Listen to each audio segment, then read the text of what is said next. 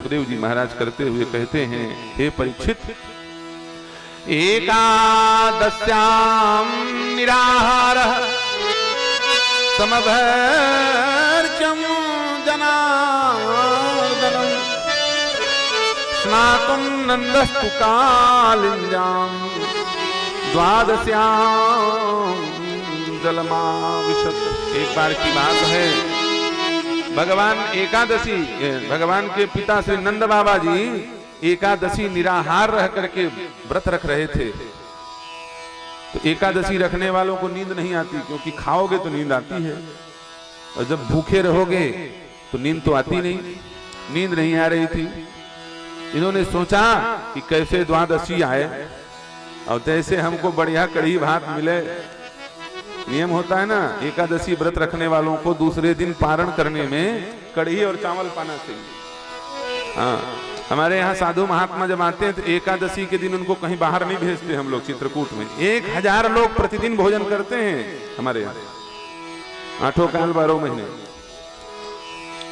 श्री अशोक तिवारी जी गए हैं वहां, चित्रकूट धाम आश्रम हमारे, प्रतिदिन 1000 लोग भोजन करते हैं। तो कोई साधु यदि आ जाए तो हम लोग एकादशी को, क्योंकि खाने को तो कुछ मिलता नहीं, भागने का चक्कर खतरा रहता है, तो हाथ जोड़ जोड़ के रोकते हैं, महाराज रुक जाओ रुक जाओ रुक जाओ। और जैसे ही दूसरा दिन द्वादशी आता है तब फिर भंडारियों को कहा जाता है बढ़िया देसी घी डाल कर। हाँ, कढ़ी में घी नहीं डाला जाता, लेकिन हम लोग घी डलवाते हैं, 5-5 किलो घी डालो, और घी डाल करके बढ़िया छौंका लगा करके सुंदर पीताम्बरी बनाई जाए। पीताम्बरी माने कढ़ी। साधुओं में हर शब्द को अलग ढंग से प्रयुक्त किया जाता है। आप लोग भोजन करोगे तो कहोगे नमक दे दो, हमारे यहाँ नमक कहोगे तो मामला गड़बड़ हो जाएगा, चमक हो जाएगा मामला। इधर नमक करोगे उधर चमक हो जाएगा। वैष्णव महात्मा कहते हैं ये नमक नहीं, ये राम रस है। क्या है? राम रस। राम रस लाओ कहोगे तो सब जान जाएंगे, नमक कहोगे कोई नहीं जानेगा। मिर्ची मांगो, मिर्ची दे दो भैया, नहीं मिलेगा मिर्ची। लेकिन यदि आप कहोगे कि हमको लंका दे दो, लंका, तो सब जान जाएंगे लंका माने मिर्ची की बात हो रही है। चावल दे दो, कोई नहीं देगा। महाप्रसाद कहोगे तो 2 मिनट में मिल जाएगा। और हालांकि यहाँ तो सब लोग महाप्रसाद जानते हैं, तिवारी जी लोग तो विशेष करके। क्यों? गणेश जी महाप्रसाद जानते हो ना? हाँ, जगन्नाथ भगवान के यहाँ दर्शन करने जाते हो आप लोग। और देखो, बड़े सौभाग्य की बात है, इस बार हमारे गणेश जी ने और दक्षिणामूर्ति जी ने इस मंच में भगवान नीलाद्रि बिहारी जगन्नाथ भगवान का ही फोटो पीछे लगाया हुआ, सबको जगन्नाथ भगवान का दर्शन हो रहा है। बोलिए जगन्नाथ भगवान की। तो जगन्नाथ भगवान का क्या चीज प्रसिद्ध है? महाप्रसाद। जगन्नाथ का जो भात है उसको जगत के लोग पसार के, हाथ पसार करके मांगते हैं। जगन्नाथ के भात को जगत पसारे हाथ। जगत भगवान जगन्नाथ जी के सामने उस महाप्रसाद को पाने के लिए हाथ पसारे रहता है। पहले लोग इस महाप्रसाद को पाने के लिए बड़े लालायित रहते हैं। आजकल तो हवाई जहाज चल गया है, ट्रेन की व्यवस्था हो गई, एसी गाड़ियां हो गई, तो भात यहां तक पहुंच जाता है। नहीं तो निर्माल्य प्रसाद, सूखा हुआ महाप्रसाद लेकर के आते थे। आजकल तो ताजा प्रसाद भी पहुंच जाता है। तो पहले जब गांव के लोग 10-50 के झुंड बना के जगन्नाथपुरी जाते थे तो बीच में गाना गाते हुए जाते थे। क्या गाते हुए जाते थे? जगन्नाथ ठाकुर भले बिराजे जी, ठाकुर भले बिराजे जी, उड़ीसा जगन्नाथपुरी में ठाकुर भले बिराजे। गाइए आप लोग भी, जगन्नाथ जी की यात्रा कर लो 2 मिनट, फिर आगे चलें। ठाकुर भले बिराजे जी, ठाकुर भले बिराजे जी, उड़ीसा जगन्नाथपुरी में ठाकुर। गाइए आप लोग जी, ठाकुर भले बिराजे जी, उड़ीसा जगन्नाथपुरी में। मांगे खिचड़ी बंगाली मांगे भात, मांगे खिचड़ी बंगाली मांगे। उड़ीसा में जगन्नाथ भगवान बैठे तो उड़ीसा वाले खिचड़ी ज्यादा पसंद करते हैं, और बंगाल वाले भात ज्यादा पसंद करते हैं।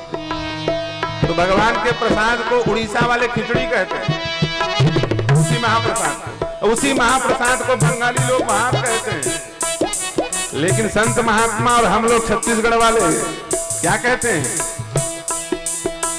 उड़िया मांगे खिचड़ी, बंगाली मांगे भात। उड़िया मांगे खिचड़ी, बंगाली मांगे भात। उड़िया मांगे खिचड़ी, बंगाली मांगे भात।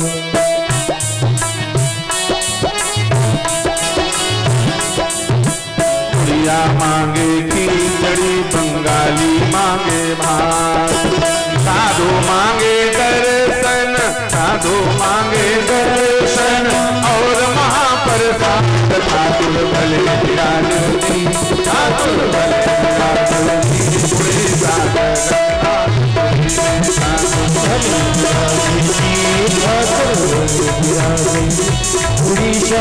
जगन्नाथपुरी में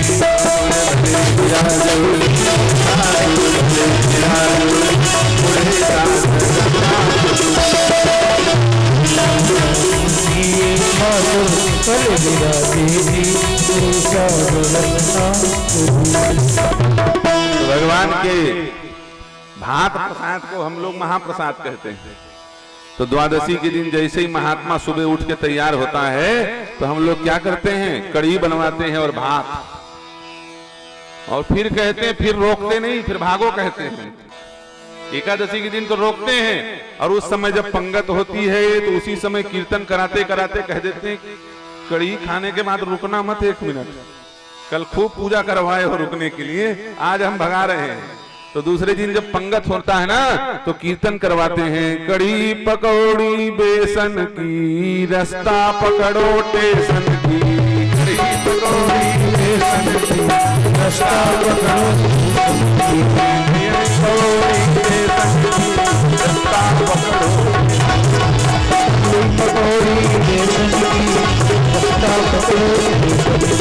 हरि नारायण गोविंद, हरि नारायण गोविंद, भज रामा कृष्ण गोविंद। ये कीर्तन होता है। कड़ी पकौड़ी बेसन की, रास्ता पकड़ो। अब जाओ महाराज, अब कोई चिंता नहीं, अब खा लिए हो, इसका मतलब ये है कि अब भूखे नहीं रहोगे। साधु आश्रम इसलिए बनाते हैं बड़ा भारी गेट दिखाने के लिए, साधु आश्रम नहीं बनाते। और बहुत भव्य आश्रम है, घर दिखाने के लिए, दुनिया के वो चकाचौंध दिखाने के लिए साधु आश्रम नहीं बनाते। आजकल तो बड़े कई लोग ऐसे कहते हैं, तथाकथित साधु जो वेश धारण किए रहते हैं होते नहीं हैं, वो लोग कहते हैं साधु का पेट और आश्रम का गेट बड़ा होना चाहिए। साधु का पेट और आश्रम का गेट बड़ा होना चाहिए कहते हैं। तो भैया तुमने जितना बड़ा आश्रम बनाया है उससे बड़े बड़े करोड़पति, अरबपति, खरबपति बैठे हैं, उनका मकान बना हुआ है। तो मकान ही बनाना था तो मकान छोड़ के आए क्यों? माँ बाप का बना बुनाया मकान था। तो साधु आश्रम इसलिए बनाते हैं कि जो रमण करने वाले, परिव्रजन करने वाले परिव्राजक महात्मा गण हैं वो हमारे यहाँ आएंगे, उनको आश्रय देने के लिए, उनको भोजन देने के लिए, उनको रोटी पानी छाया देने के लिए साधु आश्रम बनाते थे। लेकिन आजकल तो दिखावा के लिए आश्रम बनने लगा। लेकिन हम कल गए थे एक बड़े अच्छे मंगलमय स्थान पे, बड़े आनंद की बात है, वो जगह देखने लायक भी है और अनुसरण करने भी लायक है। हमारे डॉक्टर गुराज जी बैठे हुए हैं, निवेदन किया था डॉक्टर साहब ने कि महाराज जी लगभग 4 कोटि धन खर्च करके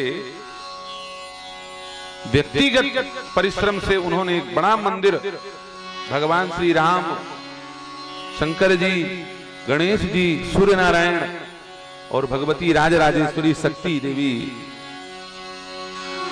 इन 5 पंचायतनों का एक जगह स्थापना उन्होंने की है पिछले वर्ष। यहां से थोड़ा ही दूर है, ज्यादा दूर नहीं है। उसका नाम पहले सारंगपुर था। सारंगपुर में बड़ा भव्य श्री राम मंदिर बना हुआ है। लेकिन जब हम वहां गए तो हमारे मन में भगवान कामतानाथ जी ने प्रेरणा की इसमें हमने कोई विचार नहीं किया था। जैसे ही वहां पैर हमने रखा तो हमारे मन में इच्छा हुई कि अब इस गांव का नाम सारंगपुर नहीं रह गया। यहाँ तो 5-5 देवता और भगवान शंकराचार्य पुरी पीठाधीश्वर जी 5 दिनों तक वहां पर विराजे। और पर 2 दिन पहले जगत गुरु रामानंदाचार्य जी महाराज गए और फिर उसके बाद हम गए।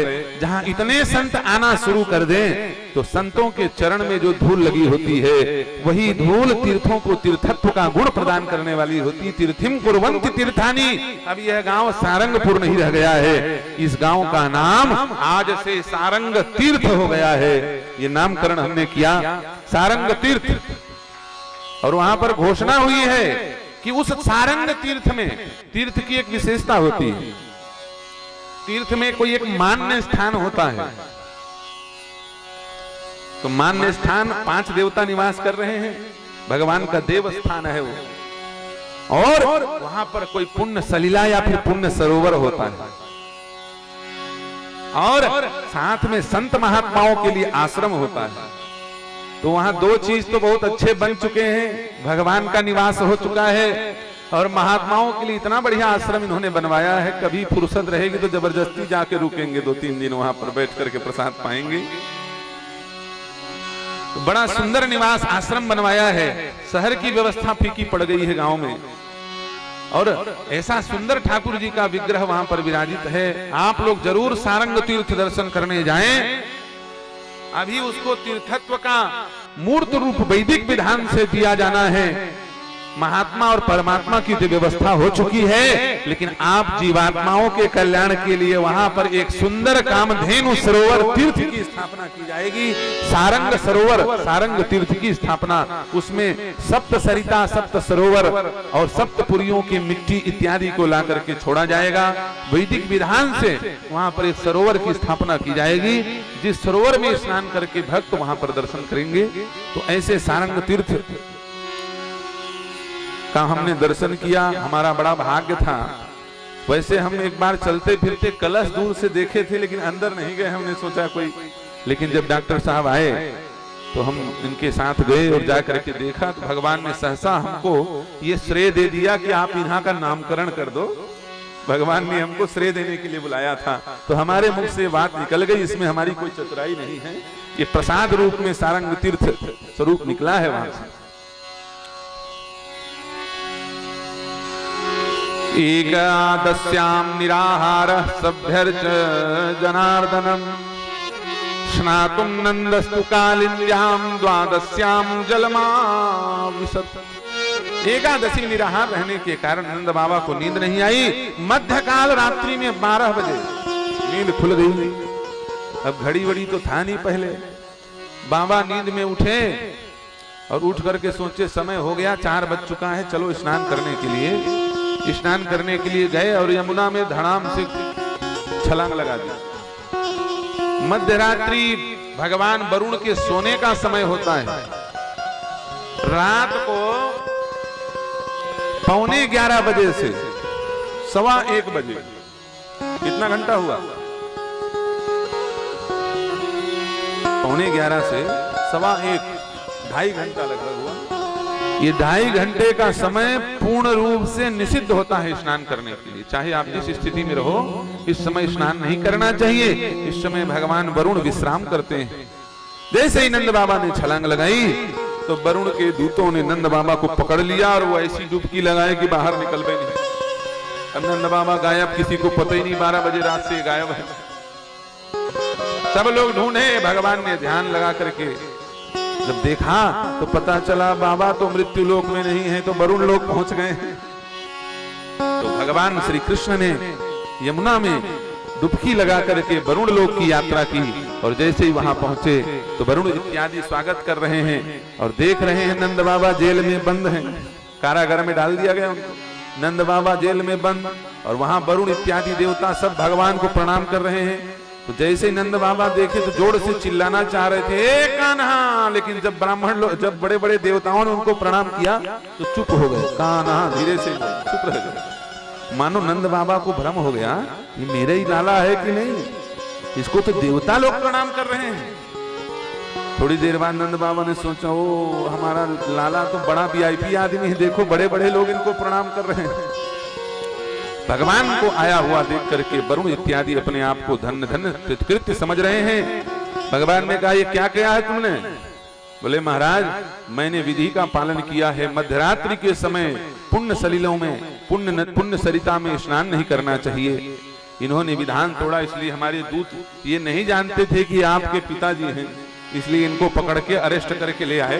क्षमा करिए महाराज। नंदो बाबा को प्रणाम करने लगे डर के मारे। अब नंद बाबा को लेकर के भगवान श्री कृष्ण आए।